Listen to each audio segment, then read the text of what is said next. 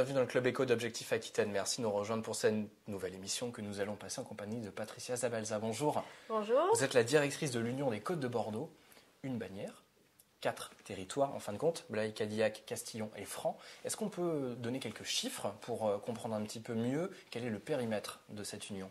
Oui, bien sûr. Donc, l'Union des Côtes de Bordeaux représente 1400 viticulteurs qui sont situés donc, essentiellement sur la rive droite de la Garonne et de la Dordogne. Donc, comme vous l'avez dit, à Blaye, Cadillac, Castillon et Franc. Ça représente à peu près 500 000 hectolitres en production et c'est 10% de la production totale des vins de Bordeaux. D'accord. Pourquoi une bannière pour ces quatre territoires finalement ? Eh bien, en fait, il y a quelques années, ces territoires existaient déjà en faisant quelques opérations de promotion commune. Les 4 appellations avaient des noms avec un nom commun, donc qui était Côte à l'intérieur. Et donc, ils ont décidé de se fédérer pour prendre l'appellation Côte de Bordeaux avec donc 4 appellations, Blaye, Cadillac, Castillon et Franc, pour améliorer la lisibilité des étiquettes pour le consommateur, mais aussi pour les prescripteurs, sachant que l'objectif très clairement affiché des producteurs de Côte de Bordeaux, c'est l'export. Et à l'export, on a encore plus besoin de visibilité et de lisibilité pour les vins de Bordeaux. D'accord.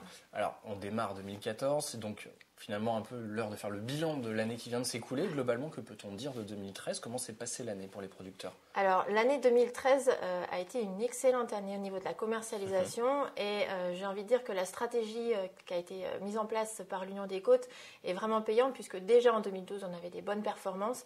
En 2013, sur un marché français qui est plutôt morose, l'Union des Côtes de Bordeaux a fait plus 3%, donc c'est mieux que la moyenne des vins rouges. Et sur l'export, on est vraiment très très content puisqu'on a une progression à plus 6%. Et donc, on a vraiment les premiers fruits de cette stratégie qui commence à payer. D'accord. Voilà. Bon, globalement 2014, que faut-il en attendre ? Eh bien, on garde la même dynamique finalement ? Alors oui, évidemment, on garde la même dynamique, mais surtout, il y a aussi des choses sur lesquelles on doit encore travailler, puisque, comme vous l'avez rappelé tout à l'heure, l'Union des Côtes est encore très récente. Elle a été fondée en 2007 et on a vu les premières étiquettes apparaître dans les linéaires seulement en 2011-2012. Donc, on a encore des choses à faire.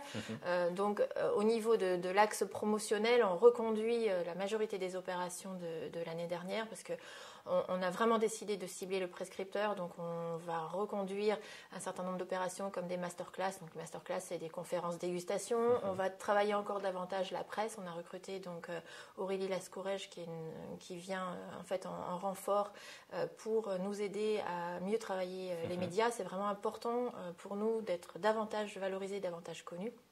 Et puis, on va aussi renforcer notre présence sur les salons internationaux. On va démarrer là dans 2 mois à Provine en Allemagne, qui est un des plus gros salons des vins et spiritueux. D'accord. Voilà. Vous le disiez tout à l'heure, l'export fait partie des priorités de vos missions, votre cœur de métier finalement. Est-ce qu'il y a des pays qui sont particulièrement ciblés et quels sont-ils ? Alors, on est historiquement très fort en Belgique, mais cette année, le fait nouveau, c'est que la Chine est devenue notre premier marché à l'export. Donc, c'est à peu près un quart de nos ventes. Et si on rajoute Hong Kong, ça peut même aller jusqu'à 30%. Donc, c'est un marché sur lequel, évidemment, on investit beaucoup en promotion, sur tous les volets dont je viens de vous parler. Mais on a aussi à cœur de pérenniser les marchés sur lesquels on est historiquement présent, comme les États-Unis. Aux États-Unis, ça fait déjà 3 ans qu'on progresse de plus 25%. Donc, ce sont des marchés qui sont assez compliqués, déjà qui sont très loin. Donc, tous nos viticulteurs ne peuvent pas non plus se déplacer. C'est pour ça aussi qu'on n'écarte pas et qu'on continue à faire nos actions de promotion sur des marchés limitrophes comme l'Allemagne. Et on va faire aussi une petite action sur le Royaume-Uni l'année prochaine. D'accord. Voilà. Vous dites que tous les producteurs ne peuvent pas se déplacer.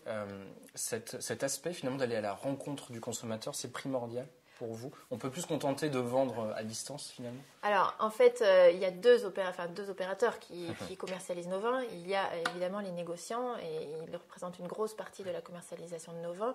Mais il y a aussi des producteurs qui ont à cœur aussi d'assurer leur propre commercialisation. Et pour ceux qui se lancent sur le marché de l'export, c'est toujours plus compliqué d'aller dans des pays lointains dont on maîtrise ni la culture ni la langue. C'est souvent une première approche, c'est plus facile de partir à proximité, ou alors au niveau de l'Union, on essaye de les aider donc à partir à l'international en organisant donc nos opérations collectives qui leur permettent de rencontrer d'autres viticulteurs, des négociants, des opérateurs et de se forger eux-mêmes leur propre stratégie internationale et export dans les années à venir. Donc, d'accord. Voilà. Patricia Dabalza, merci beaucoup d'avoir participé à cette émission. Bon vent donc à l'Union des Côtes de Bordeaux. Merci à vous d'avoir suivi le Club Éco. Rendez-vous demain à nouveau avec Objectif Aquitaine pour une nouvelle émission. Bonne journée. Au revoir. Merci.